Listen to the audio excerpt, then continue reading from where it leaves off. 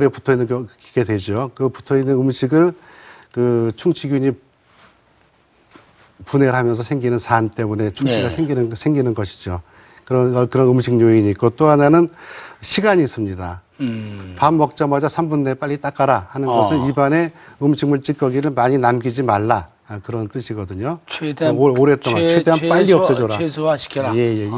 음식물이 입안에 있는 시간을. 예. 그래서 하여튼 식사하고 나면 바로 그냥 입안을 닦아주는 그런 것이 중요합니다. 네.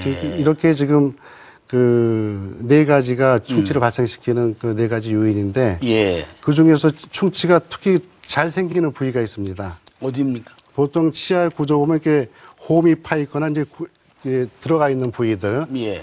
이런 부위는 잘 안 닦이니까 이런 부위. 그다음에 이 사이 보통 이제 식사하고 나서 치실을 가지고 닦아주는 습관이 참 치아 사이에 이런 사이에 충치를 없애는데 예방하는 데 중요한 좋은 습관인데요. 네. 실제로 식사하고 나서 치실을 바로 쓰는 분들은 거의 많이 없죠. 네. 배부르면 앉아 있고 싶죠. 그렇죠. 그러니까 이제 이런 어떤 그런 치아 사이에 이게 잘 썼고 그다음에 예. 이와 잇몸 경계 부위 이런 부위도 충치가 잘 생기는 부위인데 특히 이런 경우에는 가끔 가다가 이와 잇몸 사이에 충치가 쭉 아주 그냥 여러 군데 생겨 있는 분들이 있는데 그런 경우에는 우리가 위 관계의 어떤 질환을 갖다 한번 의심해 봐야 됩니다. 그래서 그렇습니까? 위산 같은 것이 올라왔다가 네. 제대로 이제 씻겨 내려가지 않고 했을 때 되게 이런 잇몸과 이 사이에 이제 위산이 남아 있으면서 치아를 갖다 녹이게 되죠. 예. 충치가 훨씬 잘 생기게 되는데 어떤 그 치과 충치 생기는 부위를 가지고 전신 질환도 미리 좀 체크할 수가 있군요. 체크할 수 있는 그런 점도 있습니다. 예. 자, 이제 구강보건의 날을 맞아서 여러분들이 제대로 알고 계신 것도 있고 오해하는 것도 있고 그럴 것 같아요. 그래서 방청객으로 질문을 좀 옮겨보겠습니다. 또 우리 원장님한테 궁금하신 분, 네, 누가 계세요? 예. 예, 박사님께 제가 사랑니가 4개가 다 났거든요. 예. 근데 이 좀 치과 가면 좀 무서우니까 좀 뽑기가 좀 겁나서 좀 그런데 이 사랑니를 무조건 이렇게 뽑아야 되는 건지 그게 궁금합니다. 사랑니 질문 참 좋은 질문 해주셨는데요. 그 사랑니가 왜 사랑니인 줄 아십니까? 사랑방 같은 데 있어서 사랑니인데? 사랑방, 그거 처음 들었는데, 그것도 그럴듯한데요. 그 사랑니가 보통 이제 그 입안에 나타나는 경우가 시기가 18세에서 20세, 그 정도거든요. 그러니까 그 사랑을 알 때 나온다고 그래가지고 사랑니입니다. 근데 사랑니를 뽑아야 되느냐 말아야 되느냐, 예. 여기 대해서는 여러 가지 많은 얘기가 있는데 기본적으로는 뽑는 것이 좋습니다. 두 가지로 볼 수가 있는데 뼈 속에 턱뼈 속에 매복되어 있는 완전 숨어 있는 경우, 나오지 않고. 예, 나오지 않고 숨어 있는 경우나 또 이제 반쯤 나와 있는 경우. 예. 그다음에 아예 다른 이와 마찬가지 턱이 좀 크셔가지고 턱이 좀 크시네요. 똑바로 나와 있나요? 그렇게 똑바로 나와 있는 게 나눌 수가 있는데 먼저 매복되어 있는 경우에는 그 겉으로 보이지 않으면 알 수가 없죠. 알 수가 없기 때문에 대개 자녀분들이나 뭐 본인이라도 성인이 되면 한 번쯤은 치과에 가서 전체 큰 사진을 찍어서 확인해 보는 것이 좋습니다. 그래서 안에 속에 매복되어 있을 경우에 매복되는 사랑니가 그냥 있으면 좋은데 간혹 가다가 거기가 뼈 속에 있는 골래 낭종, 뼈 속에 뼈를 녹이면서 물 주머니를 만드는 거죠. 네. 그 낭종을 형성하기도 하고 또 다른 병으로 변화되는 경우가 많이 있기 때문에 가끔 있기 때문에 그런 것들을 확인해 보는 것이 좋습니다. 그리고 부분적으로 그 맨 마지막 이에 걸려서 삐뚤어 부분적으로 나와 있는 사랑니의 경우에는 대개 그 사랑니 때문에 그 앞에 어금니를 뽑게 되는 경우가 상당히 많습니다. 그래서 저도 30년 동안 치과의사, 특히 이제 구강의과 의사를 하다 보니까 많은 사랑니 환자를 치료해 왔는데 그 사랑니 때문에 앞에 어금니를 희생시키게 되는 경우를 많이 봐왔습니다. 그래서 그렇게 되기 전에 미리 발견하면은 20대 초반쯤에 빨리 뽑아주는 것이 좋습니다. 네. 그렇다면은 똑바로 나와 있는 사랑이 어떡할 거냐? 똑바로 나와 있으니까 괜찮지 않느냐 하는데 또 어떤 분들은 그 똑바로 나와 있는 사랑니는 나중에 앞니가 빠지면은 나이 들면 거기다 걸어서 써야 되니까 놔둬야 된다.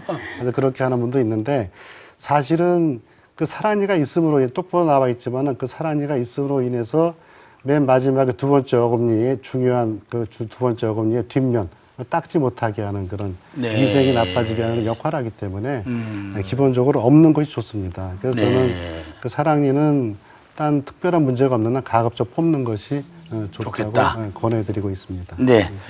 자, 또 궁금하신 분. 예, 저는 일반적으로 보통 이제 일반 사람이 양치질 못했을 때 네. 껌을 씹으면 좀 양치 효과가 있다 이렇게 생각하는데 진짜 껌을 씹으면 양치하는 효과가 있는지 이게 좀 건강에 도움이 되는지 좀 알고 싶습니다. 예. 보통 이제 음식점 가면은 되게 껌이 있죠. 네. 껌이 있어 식사하고 나서 이제 보면은 단체로 껌을 씹으면서 나오는 경우가 상당히 많은데, 껌에는 당분이 있죠. 당분이 있기 때문에 우리가 보통 껌을 씹고, 단물이 다 빠지고도 30분, 1시간 오래 씹는 사람은, 드물죠. 단물이 빠지면 껌을 뱉게 되는데, 그 껌에 있는 당분이 치아 우식증, 그러니까 충치를 발생시키는데 일조를 하는 경우가 많습니다. 그래서 기본적으로 껌을 씹어서 어떤 껌으로 이를 닦는 그런 효과보다는 껌에 들어있는 당분이 충치를 오히려 더 일으키는 그런 역할을 하는 것이 많고, 그 다음에 그렇다면 오래 씹으면 좋으냐? 오래 씹으면 조금 더 낫긴 낫겠죠. 단물이 빠지고 좀 낫긴 낫겠지만은 되게 이제 껌을 굉장히 잘 씹고 오래 씹고 항상 껌을 그냥 물고 다니시는 분들 보면은 네. 턱 근육이 굉장히 발달해가지고 우리가 소위 말하는 사각턱 이런 분들이 상당히 많아요. 야구 감독들 계속 뭘 씹던데 그분들은 뭘 씹는 거예요? 뭐 있겠죠. 근데 그런 식으로 해서 저작권, 그러니까 교근이나 측두근 이런 큰 저작권들이 발달하게 되면 어떤 문제가 생기냐면은 낮에는 괜찮아요. 낮에는 괜찮은데 잠에 주무실 때 자기도 모르게 이를 꽉꽉 깨무는 습관이 생깁니다. 그래가지고 그런 습관 때문에 어금니에 과도한 힘이 가게 되고, 네. 그 과도한 힘 때문에 어금니가 금이 가거나 또는 치조골에 나쁜 영향을 줘가지고 치주 질환을 오히려 더 일으키는 네. 그런 역할도 있기 때문에 가급적 저는 껌을 그럼 많이 씹는 거는 별로 이렇게 찬성하지 않습니다. 알겠습니다.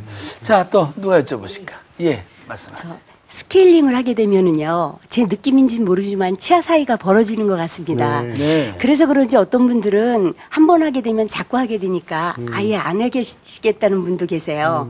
그래서 저는 그 스케일링에 대해서 올바른 정보가 궁금합니다. 예, 아주 굉장히 중요하고 치과에서 굉장히 많이 받는 질문을 해주셨는데요. 예. 스케일링을 하고 나니까 치아 사이가 벌어졌다. 이게 그럼 대문 같이 생겼어요, 대문 같은 게. 근데 그거는 스케일링을 해서 벌어진 것이 아니고 예. 벌어져 있는 상태에서 스케일링을 한 거죠. 근데 치석이라는 것이 얼마나 이게 참 어떻게 생각하면 교활하다고나 할까요? 치석 때문에 치아 주위 조직, 잇몸뼈를 녹이고 뿌리가 드러나고 이런 식으로 치아가 나빠지게 되는데 그 뼈가 녹아서 뿌리가 드러난 것만큼을 치석이 채워버리거든요. 네. 그러니까 뿌리가 드러나도 그걸 치석이 채우고 이 사이가 벌어도 치석이 채워졌기 때문에 시리거나 벌어진 것을 모르게 되죠. 그러다가 한 2년, 3년, 5년 만에 스케일링을 했더니 이 사이가 다 벌어져 있어요. 그래서 환자분들은 생각할 때 스케일링해서 벌어졌다 생각하는데 치석 때문에 이미 벌어져 있는 것을 치석이 채우고 있던 것이고 그 치석을 제거하니까 벌어진 것처럼 보이는 겁니다. 그러면 그게 이를 깎아낸 게 아니군요. 그럼요. 전 그런 줄 알았습니다. 너무 굉장히 많이 하고 있는 오해였어요. 예. 그래서 그 스케일링은 사실은 1년에 한 번 정도 하라고 보통 권유를 하는데 저는 1년에 2번 이상 하라고 합니다. 왜 그 자주 해야 되는 이유가 뭐냐면은 흔히들 치석이 이제 그 풍치, 잇몸 질환의 원인이 되는데 그 치석이 보통 일반적으로는 겉에 보이는 치석만 생각하지만은 실제로는 그 겉에 보이는 치석보다는 잇몸 밑으로 파고 들어간 그 치석이 문제가 되는데 네. 보통 아까 말씀드린 대로 그 처음에 플라그가 생겼다가 이제 석회화되면서 치석으로 변한다고 말씀드렸죠. 그 치석이 잇몸 밑으로 파고 들어가서 뼈를 녹이는 것이 보통 3개월 정도 봅니다. 그래서 그 잇몸이 좀 안 좋으신 분들은 제가 뭐 3개월마다 오셔서 청소를 가볍게 하시라. 싸게 받습니다. 네, 알겠습니다. 네. 또 권하고 질문. 있습니다. 네. 입안에서요 냄새가 자주 나가지고 이렇게 양치질을 자주 하는데요. 구강 청정제를 쓰게 되면은